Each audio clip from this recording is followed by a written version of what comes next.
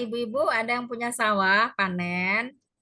Sawah kita kan di kampus tuh, itu juga sawah ibu-ibu ya. Panen berarti setiap gajian ya.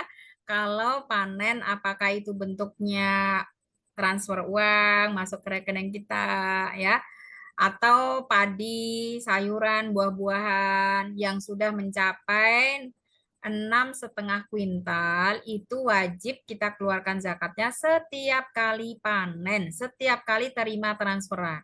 Ini profesi nggih. Nah, nanti kalau misalnya dari hasil itu kita bisa saving, kita punya tabungan yang apabila tabungan itu sudah mengendap 1 tahun dan setelah kita tabungan itu ada yang nabung dalam bentuk emas, perhiasan, uang, tanah gitu ya. Setelah kita total semuanya, nilainya lebih dari 140 juta jika emas itu 1,7 ya, maka setiap tahun wajib dizakati. Setiap tahun. Itu berbeda atau di luar dari yang tadi ya, profesi tadi ya. Kalau profesi tadi kan tidak menunggu haul setiap kali panen gitu. Tapi kalau ini zakat mal tuh setiap tahun. Apakah itu mungkin yang dimaksud?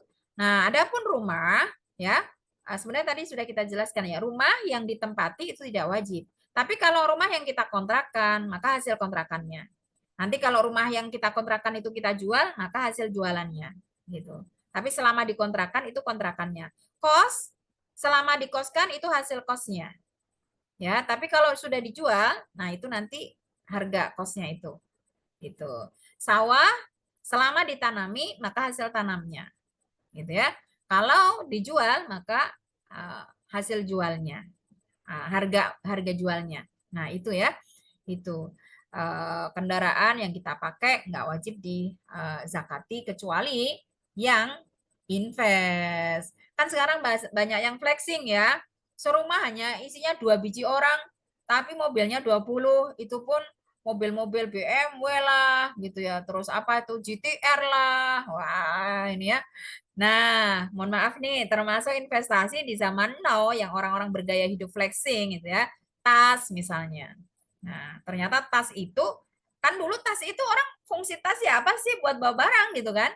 Tapi sekarang ternyata beralih fungsi. Ternyata tas, sepatu mewah, branded itu investasi. Sehingga ada tas harganya 3M, yang kroko itu 1M ya, 300 juta. Itu rumah berjalan sampai-sampai kalau naik pesawat dia harus beli tiket sendiri ya, sampai segitu. Ya, jangan hanya perlihatkan flexingnya. Harus direnungi zakatnya dikeluarin enggak, belum lagi pajaknya ya. Nah, sebagai warga negara itu. Tapi saya kan ibu-ibu di sini enggak lah ya, enggak ada yang flexing ya. Nah, itu masalahnya banyak kan. Sekarang karena semua itu bisa dikontenkan, ya rata-rata itu tadi. Apalagi yang sekarang banyak diminati itu apa ya, bisnis yang sangat booming itu apa skincare ya. Wah, luar biasa ya kan. Semua anak-anak SMP aja sudah skincarean ya. Ibu skincarean ya itu. Sehingga ya itu tadi pemilik-pemilik skincare itu meraup ya keuntungan yang besar sehingga mereka flexing, terus ada yang nindir ya. Nah, akhirnya pemakai produknya itu flek-flek gitu.